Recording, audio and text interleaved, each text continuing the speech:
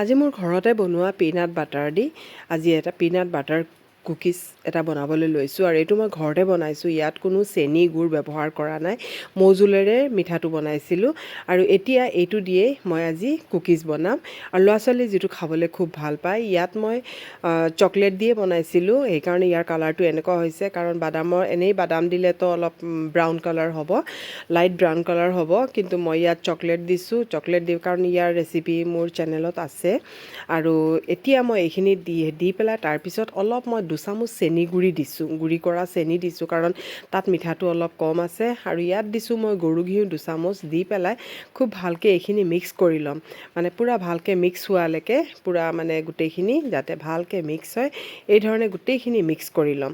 আৰু এইটো peanut butter বজাৰৰ পৰা কিনা যদিও থাকে তেতিয়াহ'লেও বনাব পাৰে কুকিজটো, আৰু ঘৰত যদি থাকে তেতিয়াহ'লেও বনাব পাৰে। আৰু এই ধৰণে গোটেইখিনি মই ভালকৈ মিক্স কৰি ল'লোঁ। এতিয়া লৈছোঁ মই ড্ৰাই ইনগ্ৰেডিয়েণ্ট। তাৰ কাৰণে মই আটা আধা কাপ লৈছোঁ, 1/4 চামুচ বেকিং পাউডাৰ লৈছোঁ, আৰু 1/4তকৈ একেবাৰে আধা মই লৈছোঁ বেকিং ছ'ডা, আৰু বাইণ্ডিঙৰ কাৰণে মই ইয়াত ব্যৱহাৰ কৰিছোঁ মিল্ক পাউডাৰ, বা আপোনালোকে ময়দাও ব্যৱহাৰ কৰিব পাৰে, বেচন ব্যৱহাৰ কৰিব পাৰে। মই আজি একো দিয়া নাই, অকল মিল্ক পাউডাৰহে ব্যৱহাৰ কৰিছোঁ। আৰু এতিয়া ইয়াত এইখিনি খুব লৈ পেলাই ভালকৈ মই মিক্স কৰি ল'ম।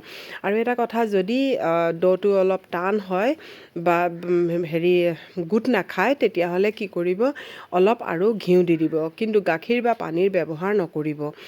এই ধৰণে অলপ ঘিউ দি দিব। প্ৰথম লাগিব অলপ, মানে টান হৈ আছে, কিন্তু চাব মানে হেৰিটো দি পেলাই, তাৰপিছত যদি বেছি জৰজৰীয়া হৈ আছে তেতিয়াহ'লে দি দিব, আৰু অলপ ঘিউ দি দিব। ইয়াত লৈছোঁ মই চকো চিপ্ছ, কাৰণ যিহেতু ল'ৰা ছোৱালীয়ে চকলেট ফ্লেভাৰৰ চকো চিপ্ছটো বেছি ভাল পায়, সেইকাৰণে মই এইটো ইয়াত দি দিছোঁ।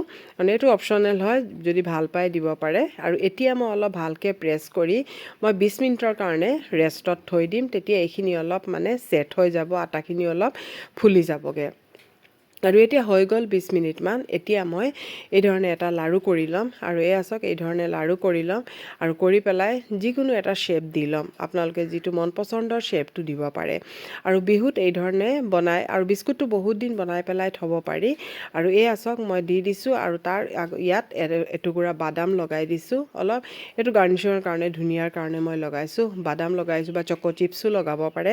আৰু এতিয়া মই চচপেনটো পূৰা গৰম কৰি লৈছোঁ, তাৰপিছত মই এতিয়া ইয়াত দি লৈছোঁ, এইটো চচপেনত বনাইছোঁ, আৰু দি লৈছোঁ। আৰু এতিয়া এইখিনি মই ঢাকি পেলাই থৈ দিম, মিডিয়াম টু ল' কৰি পেলাই গেছটো থৈ দিম, আৰু আধা ঘণ্টাৰকৈ অলপ কম লাগিছে, সেই সময়তে বিস্কুটটো হৈ গ'ল।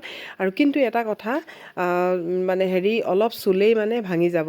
এটা মই চেক কৰিছিলোঁ, অলপ চুওঁতে ভাঙে, কাৰণ গৰম থাকিলে একেবাৰে কোমল থাকে, ঠাণ্ডা হোৱাৰ পিছতহে মানে পূৰা টান হৈ যায়। এতিয়া মই ঠাণ্ডা হ'বলৈ দিম, তাৰপিছতহে মই কৰি। এতিয়া ঠাণ্ডা হৈ গ'লগৈ, আৰু এতিয়া মই এটা ভাঙি পেলাই আপোনালোকক দেখুৱাইছোঁ। দেখিছে নহয় কেনেকৈ পাৰফেক্ট কুক হৈছে, আৰু কিমান ধুনীয়া হৈছে।